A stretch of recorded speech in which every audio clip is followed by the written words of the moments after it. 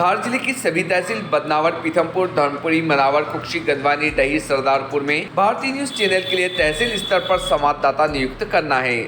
सिर्फ इच्छुक अनुभवी ही संपर्क करें। 9425046807।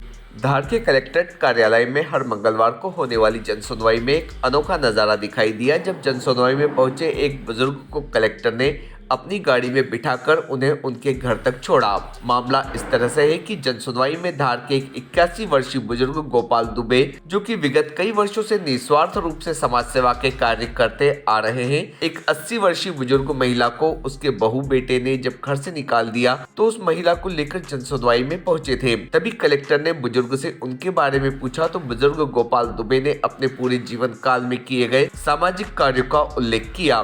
कलेक्टर आश्चर्यचकित रह गए और उनके सराहनीय समाज सेवा के कार्यों को सुनकर बेहद प्रसन्न हुए और उन्होंने एक अनोखी पहल करते हुए बुजुर्ग को अपनी कार में बिठाकर उनके घर तक छोड़ा। जब कलेक्टर गोपाल दुबे को लेकर उनके घर पहुंचे तो परिजनों की खुशियों का ठिकाना नहीं रहा। हालांकि गोपाल दुबे के घर की माली हालत ठीक नहीं और पूरा परिवार आर्थिक तंगी के बीच गुजर बसर करता है। गोपाल दुबे ने धार में सबसे पहले नगर सुरक्षा समिति की 1955 में स्थापना की। इसके साथ ही उन्होंने कानून व्यवस्था में सहयोग देते हुए कई सालों तक रात्रि गश्त की और सुरक्षा व्यवस्था में पुलिस को सदैव सहयोग करते रहे।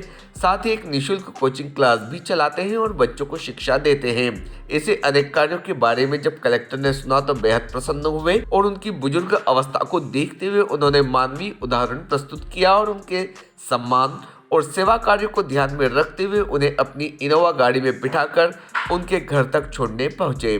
गोपाल दुबे ने कलेक्टर से अपने सेवा कार्य के लिए राज्य सरकार से सम्मान दिलाने की मांग की तथा साथ ही परिवार की मदद की मांग भी की। भारतीय न्यूज के लिए धार से साबिर खान, FM की रिपोर्ट। कलेक्टर गया था, अपने शासन से कुछ सहयोग मिला, मेरे को काफ़ी सेवाएं दी है, उस वक्त उसके लिए गया था। और लेकिन वहाँ पर एक बुढ़िया जो थी बेचारी बड़ी परेशान हो रही थी कि कहाँ क्या है क्या, तो उसको फिर मैं पूछा तो दादा मेरे को घर से बच्चों ने भगा दिया है, कर दिया, भूखे मरे, सब मेरा घर बार सब ले लिया, तो उसको अनाथ आश्रम में भर्ती करना था।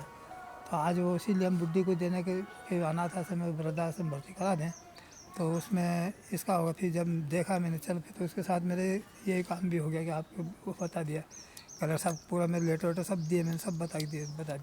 दादा, आपने अपने जीवन काल में क्या क्या सेवाएं दी है? जीवन काल में पुलिस के साथ गश्त थी, रात में देना गश्त थी, चौकीदारी करी और पापड़, बड़ी, अचार, मुरब्बे सब बेचे मैंने। स्थापना भी की है, स्थापना की, नगर सुरक्षा समिति की स्थापना मैंने की है। स्कूल के भी स्थापना क्या सब स्कूल निःशुल्क फ्री फंड, पैसे नहीं लेते हम, फ्री फंड कोचिंग क्लास चलाते हैं। अच्छा। अभी भी ऐसे ही करते थे, पैसा नहीं लेते हैं, निःशुल्क सेवाएं देते हैं। अब इतना होने के बाद भी मेरे शासन का भी मेरे घर की ओर या मेरे बच्चों की ओर देख ले तो बहुत बहुत आभार रहूँगा। भगवान आपका भला करे।